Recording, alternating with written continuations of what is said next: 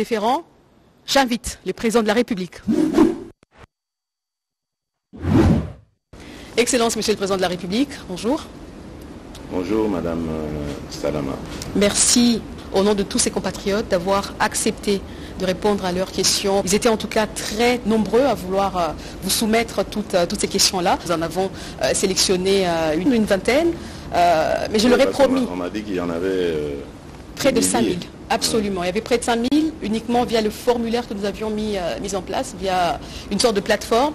Mais d'autres ont carrément réagi via les réseaux sociaux, Twitter, Facebook, Messenger. Donc c'est allé vraiment... Je suis à la disposition de mon peuple.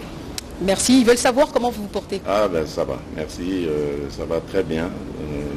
Rien à signaler du côté santé. Le moral un peu affecté évidemment par la situation de l'Est. On ne peut pas être totalement en pleine possession de sa joie, de ses sentiments de bonheur, tant qu'on a cette épine dans le pied. Mais ça va, dans l'ensemble ça va, parce que le moral est bon, le moral de nos troupes à l'Est est bon aussi. Il y a une montée en puissance de nos forces armées et il y a sûrement de bonnes nouvelles à venir au vu des démarches diplomatiques que nous avons menées et de la situation sur le terrain. Nous commençons par le social. Et la première question en tout cas, ils veulent savoir comment est-ce que vous jugez, Monsieur le Président, l'impact de votre action sur la situation sociale des Congolais durant ce quinquennat. Vous avez un impact... Il faut toujours le prendre en trois dimensions. Il y a la dimension immédiate, il y a la dimension à moyen terme et à long terme. Nous sommes dans des réformes, notamment au niveau de l'agriculture, qui vont nous amener une indépendance alimentaire, une sécurité alimentaire dans les années qui viennent. Évidemment, ce sont des réformes, il faut du temps pour les mettre en place. Mais cela augure de très très bonnes nouvelles. Nous allons enfin mettre fin à toutes ces importations qui nous coûtent des milliards et pouvoir produire nous-mêmes sur place. Et en sus, nous allons faire de la transformation locale et donc de la création d'emplois et de richesses. Donc ça c'est pour le long terme. À court terme, bien évidemment, vous le savez, nous avons eu, puisque notre économie est très dépendante de la conjoncture extérieure, nous avons eu des événements à l'étranger, la Covid pour commencer, ensuite la guerre russo-ukrainienne, qui ont eu un impact sur les produits pétroliers, sur les denrées de première nécessité. Évidemment, nous qui sommes aussi dépendants de tout cela, nous en ressentons les coûts. Nous sommes en train de tout mettre en œuvre pour essayer, tant soit peu, d'alléger ces peines. C'est le cas avec le carburant où nous avons subventionné, éviter à notre population de connaître ce qui s'est passé ailleurs, en Afrique, et je ne parle pas du reste du monde aussi. Donc le gouvernement est à pied d'œuvre pour essayer de parer au plus pressé. Je comprends parfaitement les difficultés qui sont celles de nos populations, mais nous essayons de soulager tant soit peu. Prenez le cas par exemple de la gratuité de l'enseignement. Elle a pu faire un peu de bien aux ménages qui ont pu consacrer ces fonds à d'autres activités, à les investir dans autre chose. Donc ce sont ce genre de mesures comme ça, l'augmentation de la solde des militaires, des salaires des enseignants, des médecins, leur régularisation d'ailleurs, parce qu'il y avait beaucoup de non payés, beaucoup de non reconnus. Nous avons tout régularisé et accordé quelque chose. Bien sûr, je comprends que ce ne soit pas encore suffisant, mais les efforts sont fournis. Nous avons même pensé à nos retraités. Aujourd'hui, le fonctionnaire qui va à la retraite n'a plus à s'inquiéter pour son devenir. Il y a une rente qui est prévue pour cela. Donc, c'est pour vous dire que nous sommes à pied d'œuvre pour essayer de juguler les difficultés que connaissent nos populations. Et je reste optimiste parce que nous travaillons. Vous parlez Des difficultés, il y a l'accès aussi aux soins de santé. Alors il pose une question sur la couverture santé universelle. C'était parmi vos projets phares de campagne, hein, et vous avez même mis en place, je pense, une première structure. Voilà, alors ils veulent savoir, est-ce que ça traîne parce que vous voulez lancer le tout en même temps partout dans le pays, ou vous pouvez commencer par phase pour que ça aille plus vite? Ce ne sera pas possible de lancer le tout en un temps. Nous n'avons pas les ressources suffisantes. Mais nous avons déjà mobilisé certaines ressources pour commencer avec la catégorie mère-enfant et qui permettra d'avoir des accouchements gratuits et même des consultations prénatales et postnatales. Mais ça a commencé dans certains hôpitaux. Petit à petit, nous allons l'étendre sur tout l'ensemble de la République. Le but étant évidemment de rendre gratuit l'accès aux santé pour tous les Congolais. Alors la loi sur la vente en détail par les opérateurs étrangers souffre toujours de son application, ce qui étouffe le commerce, ou on va dire les petits commerces nationaux. Alors qu'est-ce que vous comptez faire pour y remédier? C'est un problème qui dure. Je comprends parfaitement, mais vous savez, il y a plusieurs paramètres qui concourent à ça. C'est un problème qui touche au climat des affaires, mais pas seulement. Il touche également à l'administration.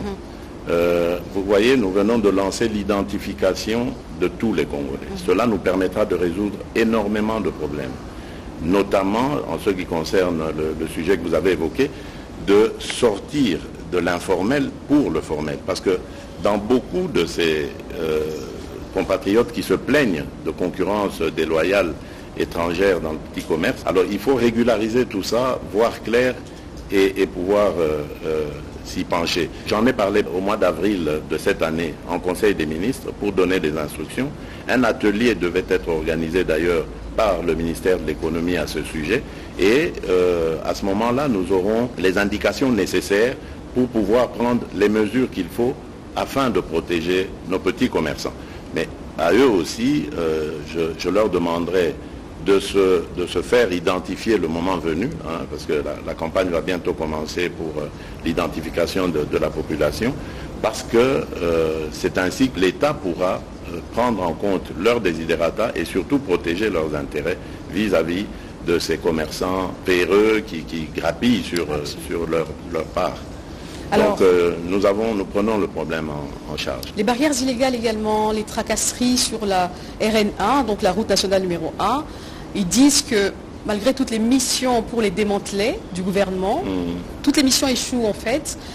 Aujourd'hui, ça coûte cher aux commerçants. Est-ce qu'il y a une solution qui est pensée pour cette problématique-là? Mais non seulement ça coûte cher aux commerçants, mais ça se répercute aussi sur le prix des denrées. Et c'est vraiment une situation très inconfortable dans laquelle nous mettent ces agents de police vrais et faux. Parce qu'il y a aussi des faux agents de police.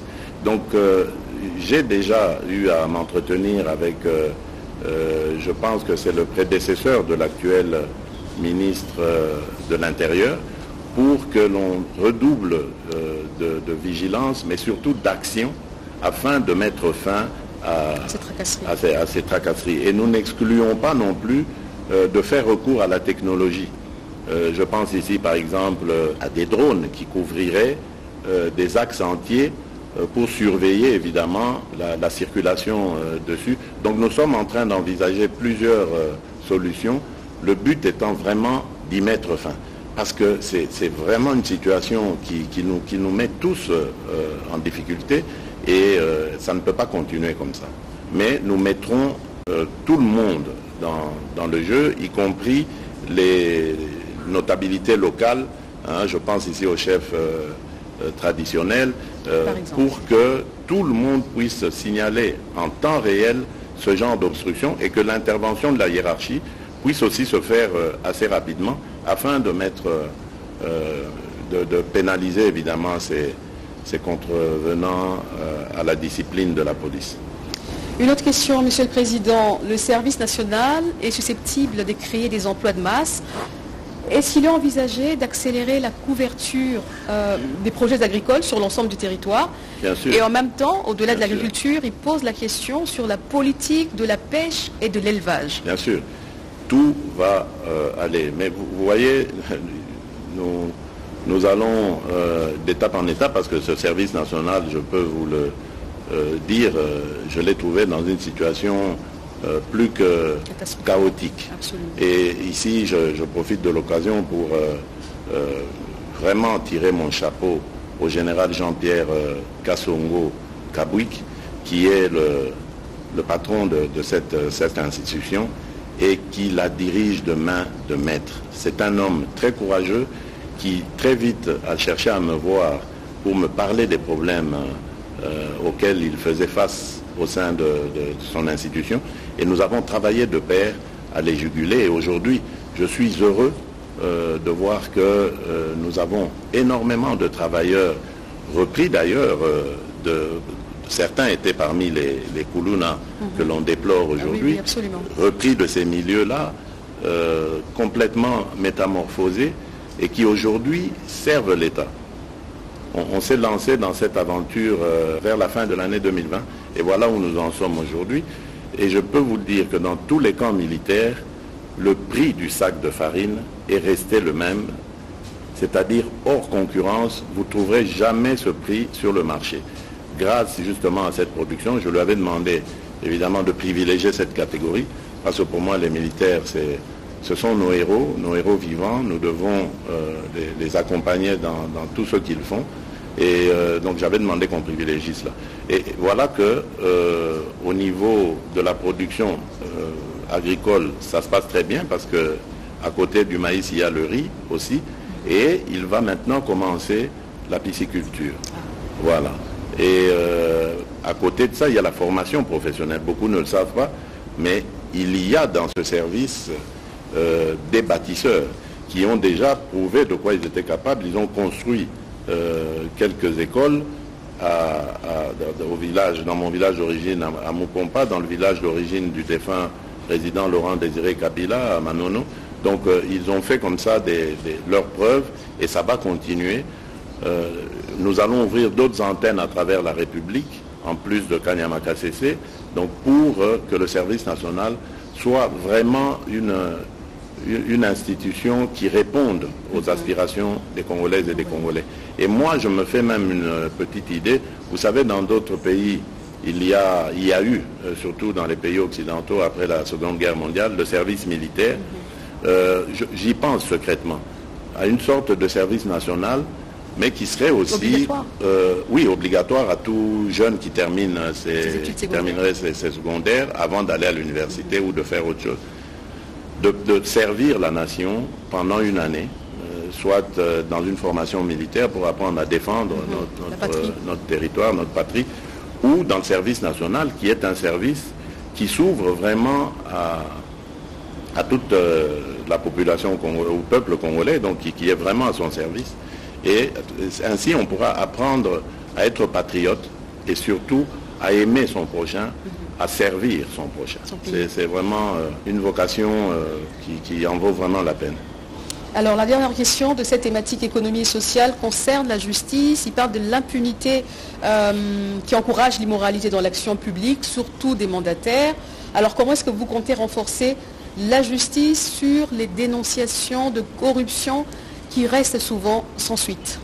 Oui, là je vous dis, je pense que s'il y a un bémol à mettre sur mon bilan, je crois que c'est celui-là, si il m'était demandé de le faire.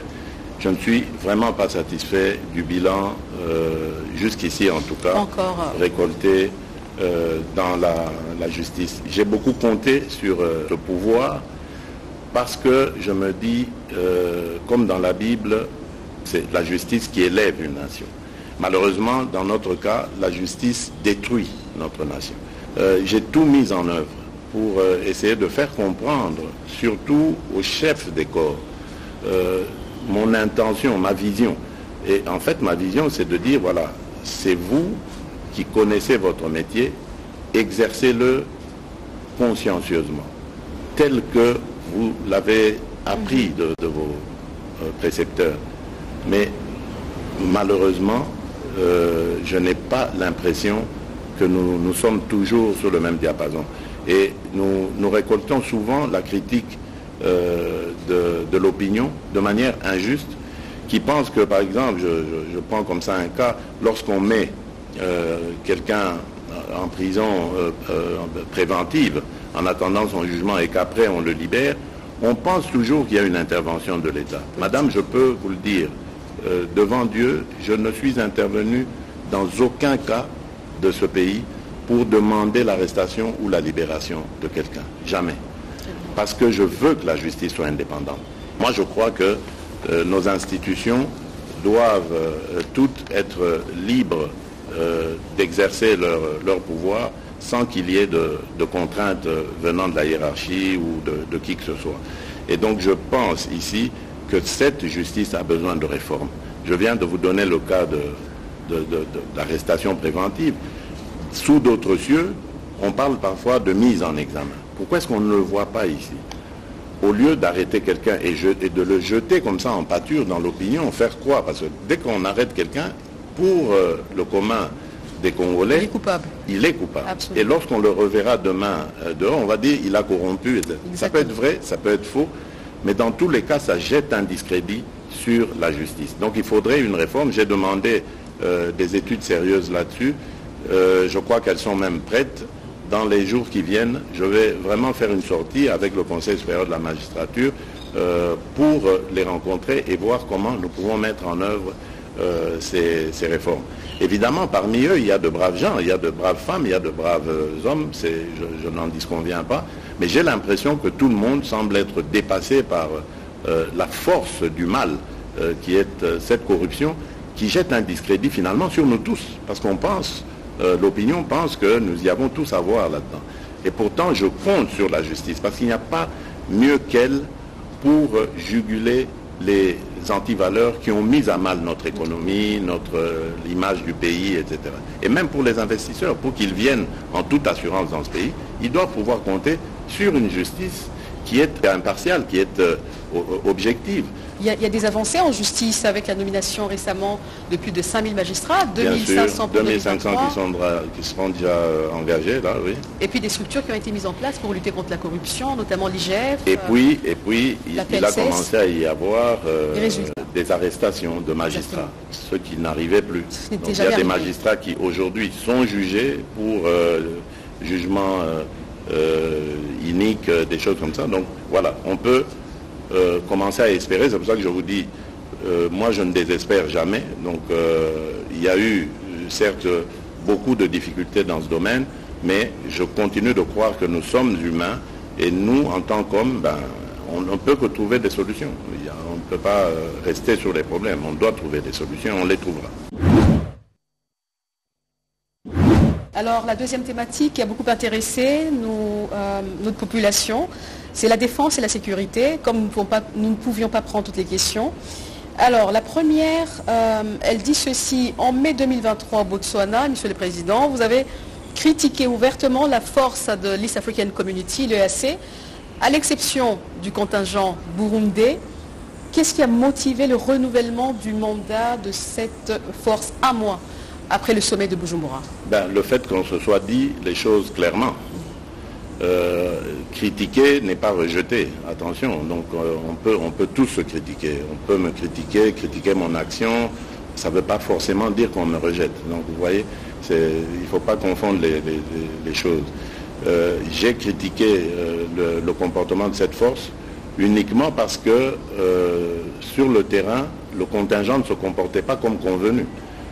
C'était au moment où le M23 était censé se désengager des localités qu'il occupait pour se regrouper en vue d'aller sur le programme de cantonnement, donc de pré-cantonnement d'abord pour être désarmé, puis cantonnement et ensuite entamer le programme de DDRCS.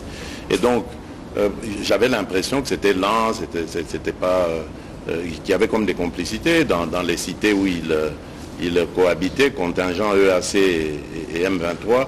Le M23 continue en terrain conquis, il percevait des taxes, c'était inacceptable. Donc j'ai fait cette critique qui a été entendue et je crois que à partir de là, on a décidé de rectifier les lignes. D'un autre côté, il y avait aussi des obligations de notre part, c'est-à-dire qu'il fallait mettre à disposition de l'East African Community un site sur lequel, j'ai parlé du précantonnement, on allait donc effectuer cette opération. Et Le site est trouvé, c'est Rumangabo. Il faut donc l'équiper, ce qui est en train de se faire. Et d'ici peut-être la mi-juillet, tout sera prêt pour accueillir justement ces terroristes du M23. Et ensuite, on les amènera à Kindu pour les engager dans le programme des DRCS. Alors, à quand le déploiement de la SADC? Et il pose en même temps la question de savoir, est-ce que finalement, avec toutes ces forces en présence en RDC, on aura la force de l'EAC, on aura la SADC qui va se déployer, on a tous lu le communiqué. Et puis, est-ce que ça ne mettra pas finalement les pays en danger? Parce qu'il ne faut pas l'oublier, il y a d'un autre côté les contingents, les différents contingents de la MONUSCO. Comprenons-nous bien. La SADC, parce que bon, les gens ont vraiment cette habitude de vouloir tout monter comme ça en émotion, etc. La SADC, c'est une organisation à laquelle appartient aussi, à laquelle la RDC est membre. Donc la SADC ne va dépendre, et d'ailleurs c'était l'objet de la réunion de Luanda, la dernière, celle de la semaine passée, la SADC ne va dépendre que du go de la République démocratique du Congo pour venir. Et évidemment, il faudrait organiser cette mise en œuvre, il faut lever des moyens. Donc vous comprenez qu'on est encore loin du compte. La SADC n'a pas une date précise, n'a pas décidé. Elle va se mettre, comme ça a été décidé à Luanda récemment, au service ou à la disposition plutôt de la République démocratique du Congo, qui, le moment venu, si elle en a besoin, lèvera cette option. Pour le moment, nous sommes engagés dans le retrait et le cantonnement du M23 pour que nous puissions ramener nos populations dans leur localité et que nous poursuivions le processus électoral, parce que ces populations doivent être enrôlées. La CENI nous rassure que c'est fort possible de le faire, et il n'est pas trop tard, on pourra toujours... Rien n'est perdu de ce côté-là, l'essentiel étant d'abord le retrait et le cantonnement du M23. Ensuite, nous verrons. Tout ça, ce sont des questions, des préoccupations des Congolais, je comprends, mais les Congolais doivent apprendre à nous faire confiance. Nous avons jusqu'ici mené à bien ces opérations. Vous avez entendu que les prophètes des malheurs souhaitaient même que Goma tombe. Goma n'est pas tombé et Goma ne tombera pas. Ça, je peux vous l'assurer. Et même, nous reprendrons toutes ces localités et ramènerons tout le monde à la maison, ainsi que la paix qui sera sauvegardée. Alors, il demande au départ de toutes ces troupes, l'EAC, la SADC, est-ce que finalement les FARDC qui sont habitués à être assistés seront-elles en mesure de bien accomplir leur mission? Je vous ai dit ici que les FARDC sont en train de monter en puissance. Nous allons dans quelques mois terminer la formation de dizaines de milliers de recrues qui vont donc venir renforcer les FARDC, pendant que les autres seront peut-être relevés et recyclés, parce que vous savez que l'une des raisons de nos déboires à l'Est, c'est aussi le fait que ces troupes ont trop longtemps été au front, ont connu beaucoup d'émotions, beaucoup de difficultés, certains étaient blessés, certains ont vu les leurs perdre la vie. Tout ça a eu des impacts psychologiques certains, et il faut renouveler cela. C'est malheureusement pas ce qui se faisait de tout temps ici. Nous avons pris le problème à bras le corps, nous avons fait des réformes au sein de cette armée. Aujourd'hui, nous avons une loi de programmation qui va pouvoir permettre de venir au chevet de cette armée avec les thérapies qu'il faut pour la relever. Et c'était la question qui finissait en tout cas cette thématique. Où est-ce qu'on en est justement avec cette loi sur la programmation militaire et la politique de défense nationale? Dépend de la disponibilisation des ressources. On doit les mettre à la disposition de l'armée. Donc c'est le travail que le gouvernement est en train de faire. Et je vous ai parlé ici de la montée en puissance de cette armée. Ça veut dire qu'il y a des ressources. Mais attention, nous sommes pour le moment en temps de guerre. Donc le programme est un petit peu bouleversé. On ne va pas arrêter de financer la montée en puissance, les équipements, la prise en charge des recrues et leur formation, etc., pour rentrer dans une gestion normale de la chose, c'est-à-dire construction des camps, des hôpitaux, et bien d'autres choses, la gestion au quotidien d'une armée. Donc nous devons d'abord faire face à la guerre, la terminer, et ensuite revenir dans le sens normal de ce que nous nous étions convenus. Mais aujourd'hui, ce que je peux dire, c'est que les ressources sont là pour pouvoir parer à toute éventualité, et c'est ce que nous faisons. Alors nous passons aux questions sur les infrastructures. La première, c'est d'actualité, je pense, vous venez de Lobito. Alors ils disent, au lieu de construire les chemins de fer de Lobito avec l'Angola grâce au financement américain, notamment de 200 millions de dollars américains, est-ce qu'on ne peut pas financer nous-mêmes les chemins de fer de l'ex-Katanga à Banana ou Boma pour relier l'Est à l'Ouest? Bon, d'abord, il faudrait que je corrige quelque chose. Le chemin de fer est déjà construit. Le chemin de fer de Benguela, Lobito, il est construit, il existe. Et ce qui s'est fait hier à Benguela, c'était tout simplement une mise en commun de nos intérêts, si vous voulez. Ce rail, jadis, à l'époque du Grand Zaïre, ce rail nous servait. À l'époque, on n'allait pas par Kasumbalé, on n'amenait pas nos minerais par là pour aller jusqu'au Cap et les transporter par mer. À l'époque, tout partait de Kolwezi vers Dilolo et de là en Angola vers le port de Lobito. Et c'est ça qui s'est passé hier. On a réhabilité ce chemin de fer qui était détruit à cause de la guerre en Angola et qui avait contraint la République démocratique du Congo à orienter ses évacuations autrement. Et donc on utilisait le chemin de fer du Katanga jusqu'à Ilebo. Et là on prenait le fleuve, enfin d'abord la rivière Kasaï puis le fleuve, Kinshasa, et il y avait le rail sur Matadi. Et voilà comment on évacuait nos minerais. C'était beaucoup plus long que ce que nous venons de faire hier. Donc vous voyez qu'il y a non seulement un gain de temps, mais aussi un gain sûrement de ressources. Il n'y a qu'une manutention à faire pour le mettre sur le train. De Kolwezi à Dilolo, il connecte sur le chemin de fer qui va vers Lobito, et c'est parti.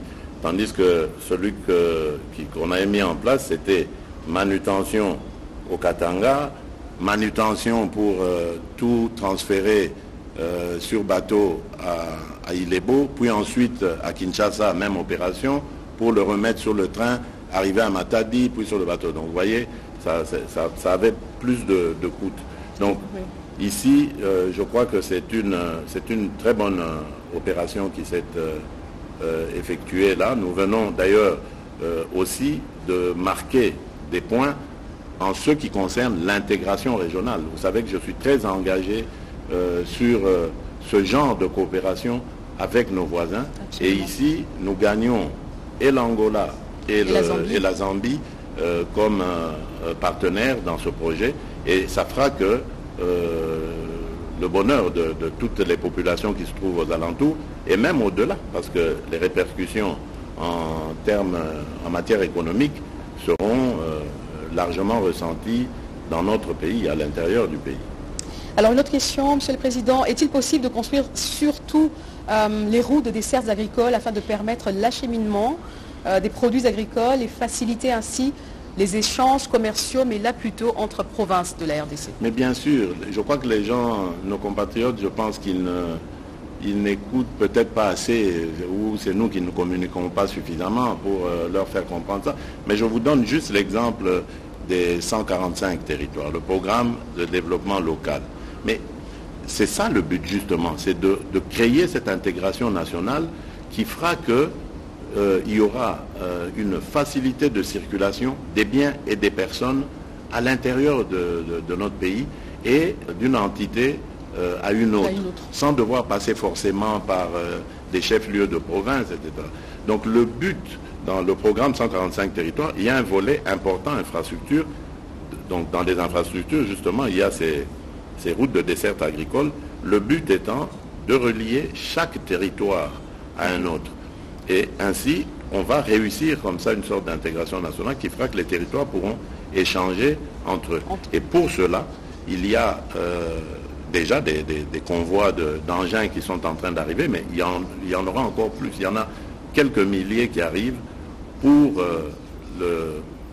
les infrastructures routières et autres, mais également pour développer l'agriculture. Alors justement, je ne sais pas si vous avez une idée, il demande combien de kilomètres de routes ont été asphaltés ou construits depuis? Il y a eu beaucoup de routes qui ont été faites, beaucoup qui ont été réhabilitées, beaucoup qui sont en projet. Je pense à Kalambambouji, je pense à cette route qui va relier le Kassai oriental au sud Kivu, je pense à la grande route qui va partir de Beni jusqu'à Kisangani. Donc vous voyez un peu tout ce que nous pourrions avoir à Kinshasa comme retombées agricoles de ces zones très riches en denrées agricoles. Donc voilà, il y a des grands projets comme ça qui sont en train d'être finalisés déjà. Pour celui de Beni Kisangani, je crois que les études sont en train d'être faites maintenant. Celui de Mbujimai à Bukavu, je crois que les études ont été faites, c'est la Banque mondiale qui va s'en occuper. Celui de Kalambambouji qui part de la frontière avec l'Angola et qui rentre jusqu'à Kananga, jusqu'à relier la nationale 1 qui vient de l'ex-Grand Bandundu, qui passe par Tikapa et qui va vers Mbujimai et autres. Voilà. Donc il y a de grands axes comme ça qui sont en train d'être faits, mais on n'a pas le temps de s'arrêter, comment j'allais dire, de se réjouir de nos petites victoires. Nous devons travailler. Le gouffre est tellement profond, le gouffre dans lequel le pays s'était enfoncé. Nous n'avons pas le temps de célébrer, de savourer nos petites victoires. Le peuple a besoin encore davantage de résultats, de prise en compte de ses intérêts, et nous sommes concentrés sur ça. Alors à quand la construction des grands centres médicaux pour chaque province, mais vraiment des hôpitaux, 200 lits avec des équipements de pointe? Voilà, une fois de plus, là aussi c'est une question de ressources. Et nous avons dû faire un choix. Nous avons pensé que économiquement, il serait rentable de réhabiliter cette question. Bien que, c'est vrai, comme dans le cas du camp Tchatchi, c'était en réhabilitant que nous avons vraiment construit quelque chose de beaucoup plus grand. C'était un petit dispensaire, mais que j'ai voulu voir plus grand, mais rien que pour rendre hommage à nos soldats. Mais ailleurs, c'est de la réhabilitation. Mamayemo, par exemple, vous allez voir, il va être construit un grand complexe. C'est vrai que c'était déjà un grand hôpital, mais là, on va le moderniser et le faire en hauteur pour gagner plus d'espace et de place aussi. Ailleurs, c'est de la réhabilitation que nous avons faite parce que justement, les moyens ne suivent pas encore. Mais vous verrez que dans le cadre du programme des 145 territoires, nous avons veillé à ce qu'il y ait un centre médical dans chaque territoire et qui comprendra quand même les équipements nécessaires pour pouvoir prendre directement en charge les cas les plus urgents, les plus graves, en attendant un transfert. Donc le projet existe, mais évidemment, comme je l'ai dit, c'est une question de ressources. Là, nous sommes en train de tout mettre en œuvre pour rendre d'abord accessible aux soins de santé tout le monde. Ça, je trouve que c'est plus important que de construire des grands hôpitaux. Il faut que tout le monde puisse, en tout cas, être en mesure de bénéficier des premiers soins. Vous savez que, par exemple, pour la malaria, le palu, il tue plus que le sida. Absolument. Si nous ne protégeons pas nos populations et que nous préférons mettre cet argent dans la construction des grands hôpitaux, je crois que ce serait se tromper de priorité. La priorité ici, c'est d'abord, pour moi, de protéger nos populations, de les mettre en situation de santé adéquate et ensuite voir comment ça va s'améliorer au fur et à mesure. Le Congo est un grand chantier, je l'ai toujours dit. Ce n'est pas aujourd'hui ou demain que ce chantier se réalisera complètement, mais il faut y mettre sa pierre au fil des années. On finira par tout reconstruire. Alors, la dernière question d'infrastructure, quelle est finalement votre politique en matière de logement? Est-ce qu'il y a un projet de construction des logements sociaux? Bien sûr, encore là, une fois de plus, le programme des 145 territoires. Le but qui était visé dans ce programme, c'était de ramener tous les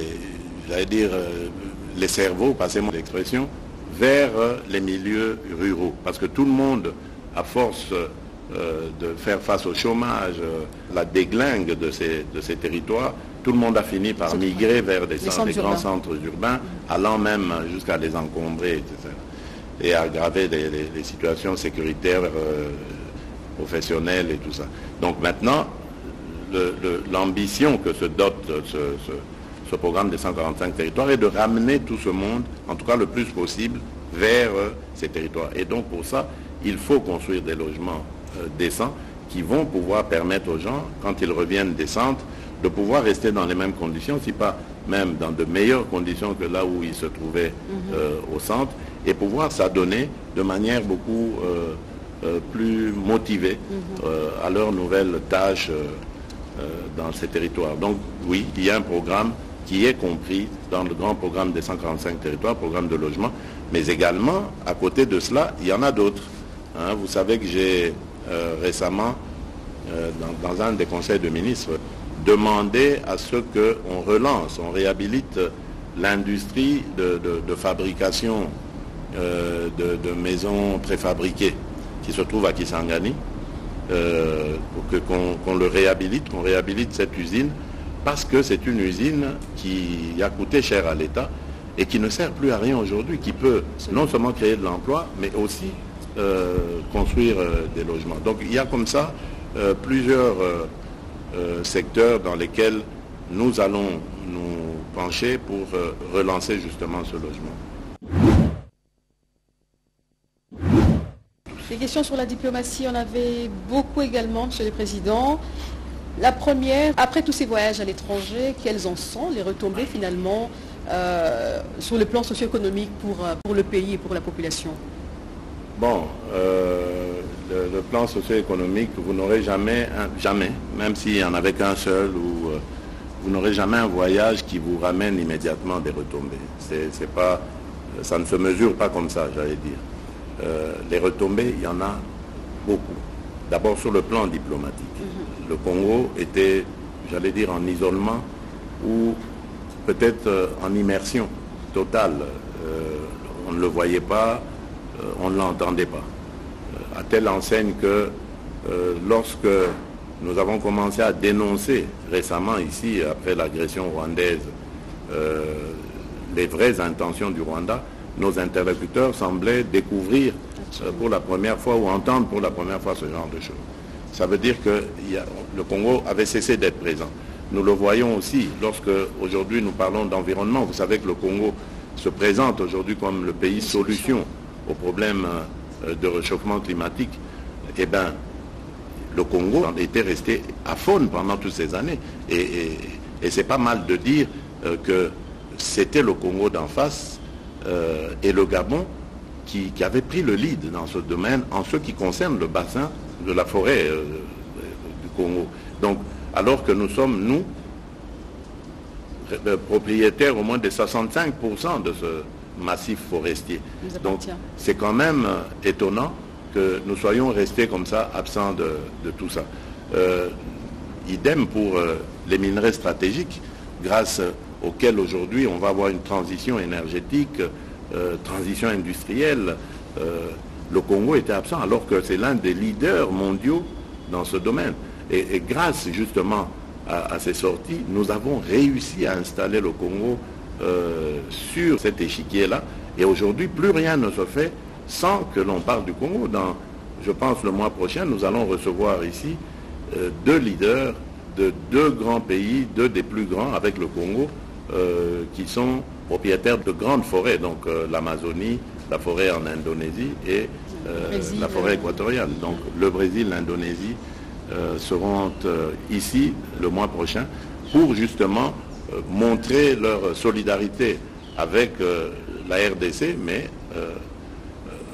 à travers la RDC aux autres pays qui appartiennent au même bassin du fleuve Congo, qui vont maintenant nous permettre de pouvoir parler d'une seule voix et de défendre nos intérêts. Nous sommes aujourd'hui, nous représentons le poumon du monde. Des engagements ont été pris à cet effet pour aider justement ces pays qui captent le carbone rejeté par les pays industrialisés, etc. Mais rien n'est fait. Donc tout ça va nous permettre de devenir beaucoup plus forts et de parler d'une seule et même voix et une voix intelligible aussi. Et de faire. Alors, vous voyez, toutes ces sorties ont servi à cela. À côté de ça, évidemment, il y a l'aide au développement qui a été renforcée. Aujourd'hui, la Banque mondiale a accru son soutien à la République démocratique du Congo, grâce non seulement à notre bonne gouvernance, on pourra en parler si vous voulez, mais surtout aussi grâce à ces contacts qui ont attiré leur attention pour leur dire attention, quelque chose est en train de se passer aujourd'hui en République démocratique du Congo. Nous sommes en train de changer de narratif, nous voulons changer de paradigme, mais nous voulons pour cela que vous nous accompagniez par des transferts de technologie, le savoir-faire, mais également, peut-être, pourquoi pas, aussi par vos soutiens qui vont nous permettre d'accroître nos efforts. Et vous avez vu que grâce à tout cela, aujourd'hui, nous avons un budget qui a quadruplé, nous avons des agences de notation qui ont grimpé la côte de la République démocratique du Congo. Nous sommes en train de finir le programme avec le FMI. Nous allons très bientôt envisager la 5e revue. Madame, ça n'a jamais été fait depuis que le Congo est Congo indépendant, et même en passant par le Zaïre jusqu'à maintenant, on n'est jamais arrivé à 5 revues avec le FMI. Ça s'arrêtait toujours à 4 dans le meilleur des cas. Aujourd'hui, on est à 5 et on va les continuer si c'est possible. Donc, c'est clair que les choses se passent autrement en République démocratique du Congo aujourd'hui, et c'est grâce justement à ces sorties. C'est vrai, j'entends souvent les gens dire oui, mais c'est pas la Banque mondiale, c'est pas le FMI qui n'ont jamais aidé un pays à se développer. C'est vrai, mais c'est pas ça d'ailleurs leur objectif, ça n'a jamais été leur ambition. Ils se mettent aux côtés des États pour les accompagner en fixant ensemble avec ceux-ci les règles du jeu. Et ensuite, lorsque toutes ces revues se terminent, un programme est conclu et cela permet à cet État-là de devenir encore plus crédible aux yeux des autres et donc de s'ouvrir des lignes de crédit qui vont lui permettre alors à ce moment-là de se développer, parce que l'ayant suivi pendant un certain nombre d'années, on s'est rendu compte qu'il est maintenant capable de se prendre en charge et de financer son développement. C'est pour ça que nous nous étions à fond lancés dans cette aventure qui aujourd'hui est en train de nous donner des fruits, que Dieu en soit loué. Alors, il y a tellement de choses à dire sur la diplomatie. Récemment, vous avez été en Chine, Monsieur le Président, c'est une première. Ils veulent savoir, les Congolais en tout cas, beaucoup ont posé des questions sur la Chine, sur votre voyage. Est-ce qu'il y a des bénéfices? Est-ce qu'il y en aura? Mais il y a déjà des bénéfices avec la Chine, déjà de tout temps. Enfin, la Chine, c'est un partenaire depuis 50 ans. Hein. Notre partenariat n'a pas commencé aujourd'hui. Quand vous voyez le Palais du Peuple, le Stade des Martyrs, voilà, ça sont des retombées de nos relations avec la Chine. Mais je vais vous dire simplement comment est-ce que l'idée de ce voyage est née et que la Chine a amicalement accepté de m'inviter. C'est simplement parce que je me faisais du souci au regard de ce que nous avons récolté comme partenariat. Vous savez que depuis quelques années, il y a une sorte de contrat signé avec des entreprises privées chinoises. Absolument. Dont le but était minerai contre infrastructure. Comme mine notamment. Voilà. Mais quand on a fait le constat, et l'IGF d'ailleurs est à ce sujet une référence qu'il faut vraiment prendre en compte, et c'est là que j'ai pris en compte, on se rend compte en fait que le Congo n'a rien gagné de tout ça. Au contraire, c'est quelques individus congolais, et la Chine, elle est restée dans le respect de ses engagements. Elle a eu les minerais comme il se devait. Donc, il s'est passé des choses pas correctes qu'il fallait revoir. Et c'est ce que j'ai fait comprendre à nos amis chinois, qui l'ont parfaitement compris. Je leur ai fait comprendre également que la République démocratique du Congo ne veut plus servir uniquement de terre d'extraction. Rester qu'à donner nos terres, à sortir ces minerais pour aller les transformer ailleurs et finalement nous revendre les produits finis encore plus chers. Donc nous perdons complètement. Donc je voulais qu'ils nous accompagnent dans ce que j'ai appelé l'industrialisation de notre pays. Je viens de vous parler ici des minerais stratégiques qui se trouvent chez nous. Donc ça veut dire que les yeux des investisseurs du monde, des industriels du monde sont tournés vers le Congo, en tout cas entre autres nations, vers le Congo. Donc nous devons en profiter. nous devons jouer sur ça pour que cette industrialisation non seulement se réalise, surtout la nouvelle industrialisation dont on parle aujourd'hui, l'industrie propre, l'industrie verte, qu'elle se réalise en partenariat évidemment avec ces pays, ces grandes nations, investisseurs, et la Chine en fait partie, pour que nous allions dans une sorte de partenariat gagnant-gagnant, que la République démocratique du Congo se retrouve avec ses industries, ses emplois créés, sa richesse créée, et que les partenaires chinois se retrouvent aussi dans leurs investissements, parce que nous allons développer la chaîne de valeur, si pas la totalité de cette chaîne de valeur en République démocratique du Congo, en tout cas une partie importante de celle-ci, quitte à, dans ce partenariat, se retrouver tous heureux. Voilà, alors le message est vraiment bien passé, les Chinois l'ont très très bien compris, nous avons eu d'excellentes discussions et aujourd'hui ils attendent évidemment la prochaine rencontre de la commission mixte pour que nous mettions sur table un plan de programmation de cette industrialisation, et à ce moment-là ils pourront dire dans quel domaine ils pourront nous accompagner, dans quel autre ils ne pourront pas. Donc c'était ça le but.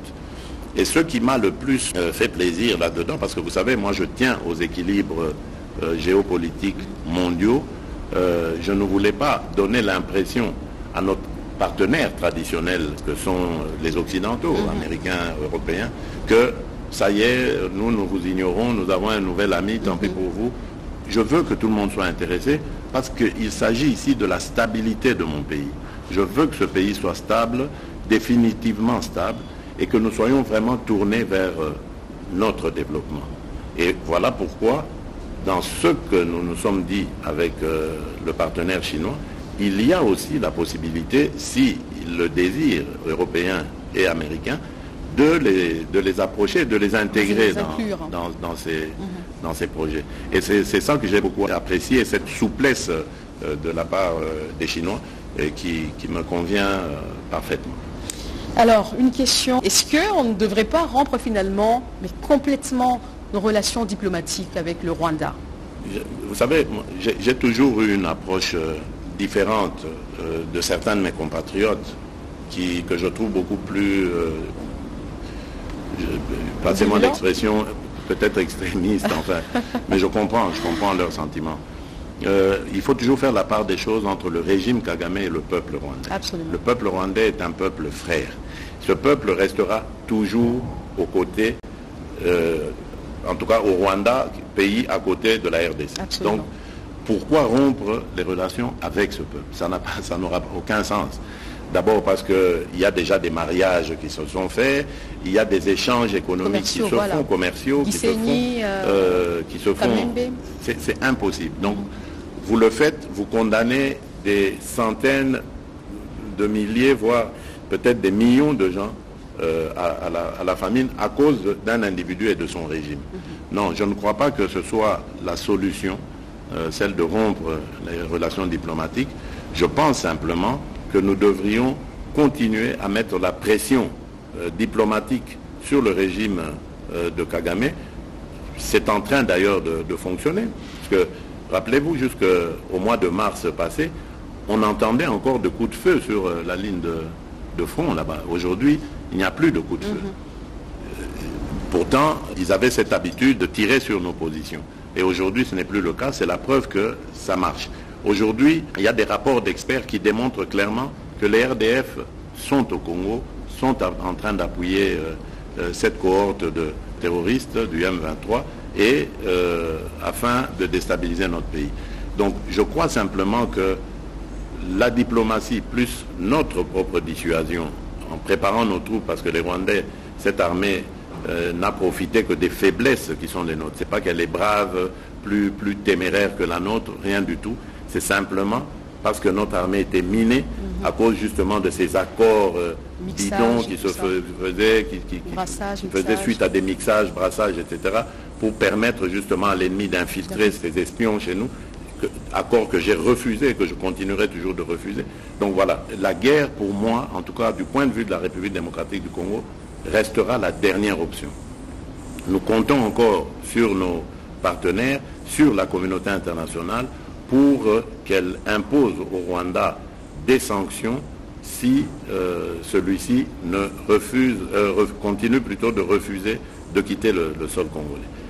Et ce n'est que si sanctions il y a et qu'on se rend compte que le Rwanda s'entête, qu'on nous prendrions alors à ce moment-là. Ils disent pourquoi vous vous entêtez à continuer avec la diplomatie en tout temps, même au temps de la crise, au plus fort de la crise.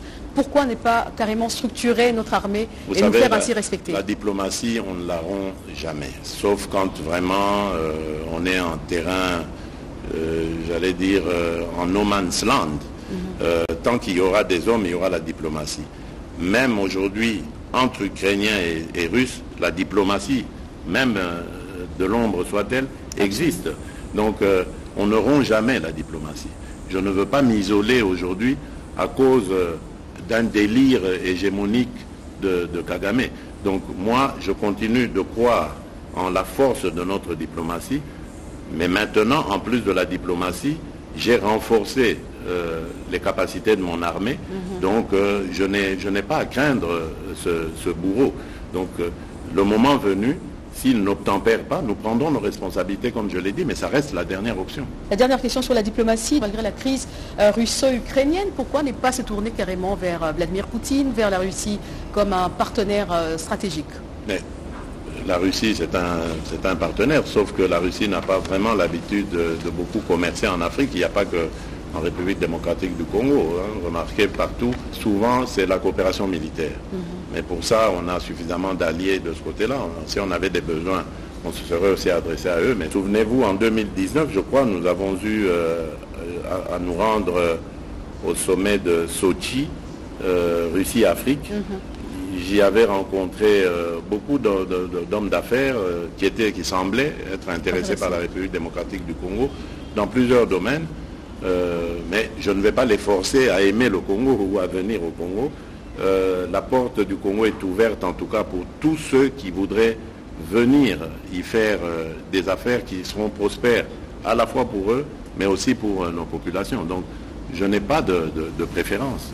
Et quant à parler d'alliance stratégique, je ne sais pas ce qu'on entend par ça, mais il n'y a pas d'alliance stratégique qui ne soit pas définie. Il y a plein d'orientations qu'on peut prendre. Donc, quand on la demande, on doit dire aussi pour quelles raisons les gens voudraient qu'on fasse cette alliance stratégique.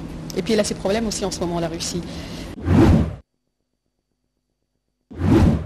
Alors, pour terminer, Monsieur le Président, il y a quelques questions libres. Quelles sont les stratégies mises en place par le gouvernement afin de permettre le développement des régions enclavées? C'est ça justement le but, c'est de désenclaver le pays, réussir son intégration totale. Le plan, ce sont les infrastructures, il n'y a pas d'autres secrets.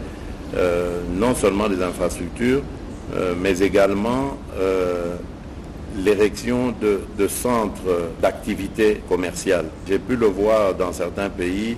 Et je l'ai vu encore en Angola, parce que le président m'a invité à aller voir quelques municipalités qui sont spécialisées dans la pêcherie, etc. Et là, je me suis rendu compte qu'on peut donner de l'emploi aux gens en fonction des activités dédiées à ces contrées-là. Je prends un exemple.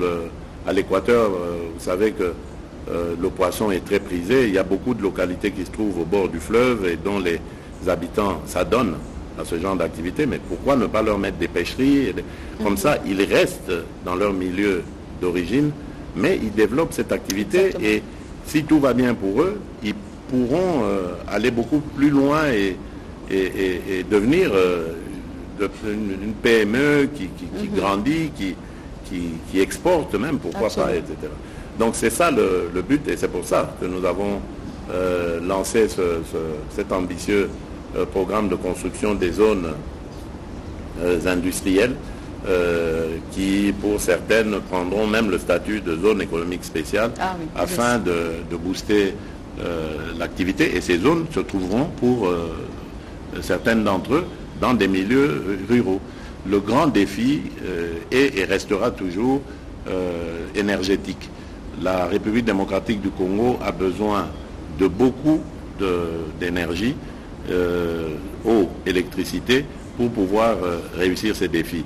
Nous sommes aussi là dans un plan de développement de plusieurs études pour voir comment, à partir des sites hydrauliques que nous avons, il y en a à peu près 600-700 sur tout l'ensemble du territoire, nous pourrons pouvoir comme ça développer des générateurs d'électricité et d'adduction d'eau pour desservir les populations locales. Ça aussi, c'est un programme qui me tient très à cœur parce que malheureusement, jusqu'ici, nous ne sommes arrivés qu'à 30% pour ce qui est de l'eau, de couverture en eau aux populations. Lorsque je suis arrivé au pouvoir, on était à 8 ou 9%. Donc on est quand même à 30%. L'objectif de 2023, c'était d'arriver à 53% pour atteindre les 70% en 2030. Malheureusement, on est un peu en deçà. On doit s'efforcer. À 22% pour l'électricité. On était à 18% en 2018. Donc là, on a encore besoin de beaucoup ramer pour aller beaucoup plus loin. Donc voilà, ça ce sont les grands défis, les grands objectifs que nous nous sommes assignés et que nous espérons atteindre. L'installation de votre QG dans la partie est du pays, à Goma précisément, vous l'aviez promis. Et puis il y a des villes où vous n'avez pas encore été, vous n'avez pas pu visiter durant tout le mandat, Kisangani. Vous savez, la technologie aujourd'hui nous permet d'être présents à plusieurs endroits en même temps ou à des endroits sans être là forcément. Il y a toujours une perception que vous avez lorsque vous aspirez à une fonction par rapport à lorsque vous êtes dans la fonction. Évidemment, devant le malheur de nos compatriotes à l'époque, lors de la campagne, je me suis dit je viendrai m'installer ici. Mais lorsque j'accède à la fonction, je me rends compte qu'en tant que commandant suprême des forces armées de notre République, je n'ai pas besoin d'aller m'installer là-bas pour que les choses marchent. J'ai réussi à les faire marcher à partir d'ici. C'est une perception qu'il y avait au moment où j'étais le candidat, Félix Tshisekedi. J'ai été à Goma à plusieurs reprises et aujourd'hui, de Kinshasa, j'ai endigué cette progression de ces agresseurs. Et grâce à la diplomatie, nous allons renverser la tendance. Donc, il ne faut pas que ma personne soit forcément là pour ce faire. Et je peux vous dire qu'aujourd'hui, grâce à nos acquisitions, je peux, de mon QG, suivre en temps réel des combats sur le terrain. Voilà. Très bien. Alors, avec le son et l'image. À l'approche, Monsieur le Président, des échéances électorales, la tension monte dans les états-majors politiques. Il vous est reproché d'utiliser des méthodes dictatoriales, répressives contre l'opposition. Qu'en dites-vous? Oui, bon, d'abord, je tiens à vous le dire, je ne serai jamais dictateur. La preuve, c'est que si j'étais dictateur, ceux qui le disent ne seraient pas ici au Congo pour le dire. Hein? Je ne veux pas vous donner d'exemple de pays, mais regardez un peu autour de nous. Hein? Le pays auquel vous pensez, là, je devine. Si un opposant à ce régime peut dire dans ce pays, ou un journaliste peut parler de dictature dans ce pays-là. Bon, voilà. Donc c'est déjà vous dire que s'ils peuvent le dire ici et rentrer chez eux, dormir tranquille, ça veut dire que ce n'est pas vrai. Bon, mais en même temps, il ne faut pas confondre démocratie et anarchie. Absolument. Voilà. Donc, moi, j'ai passé les 3/4 de ma vie à me battre contre la dictature, contre les injustices et pour les libertés. Mais jamais je n'ai pris la liberté